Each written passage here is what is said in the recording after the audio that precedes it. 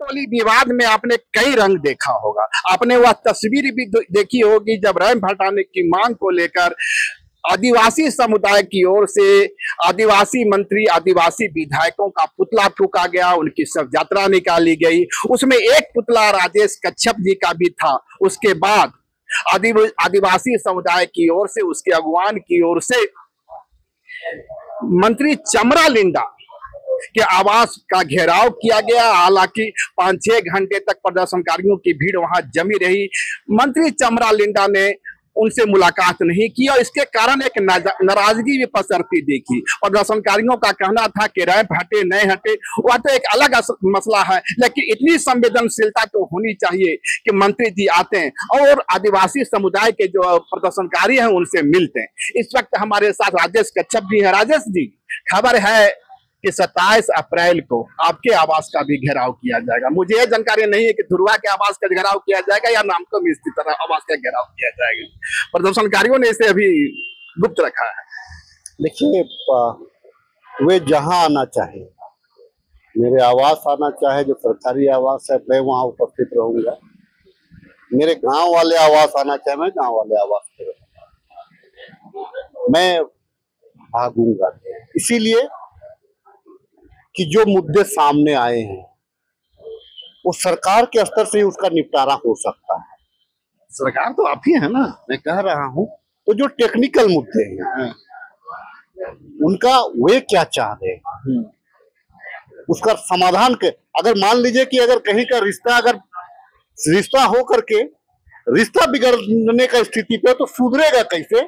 समाज ही तय करता है ना। तो मैं समाज के साथ बैठूंगा कि सुधरेगा कैसे, मतलब उसका हल निकलेगा कैसे। माने आपके कहने का मतलब है कि जब प्रदर्शनकारी आएंगे तो आप उनके साथ बैठेंगे, बातचीत करेंगे, संवाद करेंगे और आगे की रणनीति बनावेंगे कि इसका समाधान कैसे हो। मैं पूरा समय दूंगा, क्योंकि समाज विभिन्न कोने से लोग आएंगे, राज्य के विभिन्न कोनों। गर्मी काफी है भाई, चाय पानी का व्यवस्था, पानी शरबत का व्यवस्था तो कराना चाहिए। हम तो ऐसे भी कराते हैं, कोई भी आता है तो ये लोग तो एक विश्वास के साथ आ रहे हैं कि भाई हमारी समस्या का समाधान करा। वो अपने के पास आ रहे हैं ना, वो यदि आपके पास आ रहे हैं तो अपना समझ के ही तो आ रहे हैं। वो गैर आदिवासी समुदाय के मंत्रियों का भी आवास घेरते, आदिवासी समुदाय का ही आवास क्यों घेर रहे हैं? कहीं ना कहीं वो आपको अपना समझते हैं। नहीं, निश्चित तौर से चाहे वो आदिवासी समुदाय हो या अन्य समुदाय, क्या मैं वक्फ बोर्ड बिल, जो संशोधन बिल लाया गया वो गलत है, तो ऐसे इसका मतलब थोड़ी ना उसके अगेंस्ट में नहीं बोलूंगा, लोग मिलने आएंगे तो नहीं मिलूंगा। जनप्रतिनिधि तमाम लोगों के होते हैं, लेकिन रिजर्व सीट से चूंकि मैं लड़ा हूं तो उम्मीद रिजर्व मतलब ट्राइबल मामले पे ज्यादा हो जाती है। इसीलिए समाज ने आदिवासी विधायकों का आवास को घेरने का काम किया है। अगर आते हैं तो मैं निश्चित तौर से स्वागत करूंगा और उसका पटाफेक करने का प्रयास करूंगा कि खाने पीने की भी व्यवस्था होगी। नहीं, वो बात की चीज है। अगर छोटे बच्चे आएंगे, धूप का दिन है, अगर छोटे बच्चे आएंगे तो कुछ चना वगैरह तो आपको देना चाहिए कि भाई, या छोटे बच्चे को खिलाना चाहिए ताकि धूप में किसी को लू ना मार दे, इसका भी ख्याल रखना चाहिए। और निश्चित तौर से अगर आएंगे तो मैं मना ही नहीं करूंगा, ही नहीं मैं कहीं जाऊंगा, मैं स्वागत करूंगा और उनकी बातों को पूरा सुनूंगा, कैसे समाधान होगा इस पर चर्चा भी करूंगा। एक दूसरा जो क्वेश्चन भाई, चूंकि आप बहुत बिजी हैं, पीछे कांग्रेस का कार्यक्रम चल रहा है, हमें लगता है कि राहुल गांधी, लालू यादव, नीतीश कुमार, हेमंत सोरेन, ये बहुजनवादी राजनीति के सारे चेहरे हैं, इनके दिन अब बीतने वाले। मैं ऐसा क्यों कह रहा हूं? क्योंकि निशिकांत दुबे ने हालिया में एक बयान दिया है। बयान तो आपने जो पहला बयान तो सुना होगा कि उन्होंने सीजीआई को कहा, संजीव खन्ना को, कि देश में गृह युद्ध की स्थिति पैदा कर रहे हैं। वो बयान खूब सुर्खियों में रहा, लेकिन उसका दूसरा पार्ट जो अंश है शायद वो कहीं गुम हो गया। उन्होंने कहा है कि देश में कि जो न्यायपालिका है इसमें 70% ब्राह्मण है और ये ही लोग देश में एक गृह युद्ध की स्थिति पैदा कर रहे हैं। तो जो बात राहुल गांधी कर रहे थे, लालू यादव कर रहे थे, अब तो बहुजनवादी राजनीति का सबसे बड़ा चेहरा बनकर यदि कोई सामने आ रहा है तो निशिकांत दुबे हैं। तो सबसे पहले मनुस्मृति का विरोध करे। अच्छा, मनुस्मृति का विरोध करे वो। अरे कोई तू छपास नेता है, वो छपास नेता है, वो छपास नेता है। अच्छा, कहीं भी झारखंड का कोई कोना में ट्वीट मीडिया के अलावा कहीं निशिकांत दुबे जी दिखते हैं?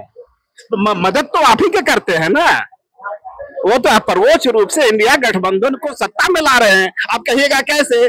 चुनाव के पहले वे कह देते हैं कि संथाल को झारखंड से अलग करो, आदिवासी वोट आपकी ओर ट्रांसफर हो जाता है, बाद में आदिवासियों पर निशाना साधते हैं, तो आपको तो मदद ही कर रहे हैं।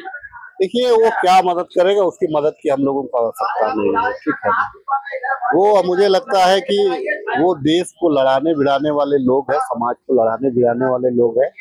ऐसे ऐसे लोगों को कांग्रेस पार्टी ना ही इंडिया गठबंधन कभी कोई जगह देगी। और वो जो कहते हैं कि 70% ब्राह्मण है न्यायपालिका में, इस पर आप क्या कहिए? देखिए, 70% ब्राह्मण है तो एक चीज है क्या कि आज जो है उसको डर हो गया है। अच्छा, उसको डर हो गया है कि आने वाले दिनों में उसका राजनीतिक करियर खत्म एंड है। इसीलिए कि वो जिस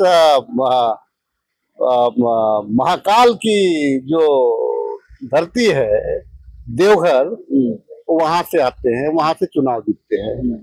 वहां का पंडा पुरोहित जो है ना, उसके अगेंस्ट में तो जाएगा ही जाएगा, लेकिन ये जो है मुझे लगता है कि भाजपा का जो अंदर खाने में भाजपा को, देखिए वो भाजपा का भी नहीं होगा, इसका मतलब है वो भाजपा को परेशान करके मंत्री बनने का लोभ है उसके अंदर। ये हो सकता है कि भाई, चूंकि ट्विटर मास्टर है, वो बयान मास्टर है, कभी संविधान को बदल दो तो कभी झारखंड को 2 टुकड़ा में कर दो, उसके अलावा इसके पास कोई मुद्दे नहीं है। तो बहुत सारे लोग सनकी लोग होते हैं, तो सनकी लोगों के बारे में बहुत ज्यादा कटाक्ष नहीं किया जाता। तो ये थे हमारे साथ राजेश कच्छप जी, जिनका मानना है कि आदिवासी समाज के प्रदर्शनकारियों की ओर से उनकी आवाज पर प्रदर्शन किया जाता है तो वे पूरा उनका खैर मकदम करेंगे, उनका स्वागत करेंगे। और चूंकि धूप अधिक है, इसलिए उनकी कोशिश होगी कि प्रदर्शनकारियों को धूप की स्थिति का सामना नहीं करना पड़े, कम से कम चना गुड़ सत्तू उनके लिए व्यवस्था की जाएगी। अगर खबर पसंद आए तो आप QR स्कैन कर दें हमारा साथ। आपका एक छोटा आर्थिक सहयोग है हमारा बड़ा हौसला। द भारत मित्र, बुलंद भारत की बुलंद तस्वीर।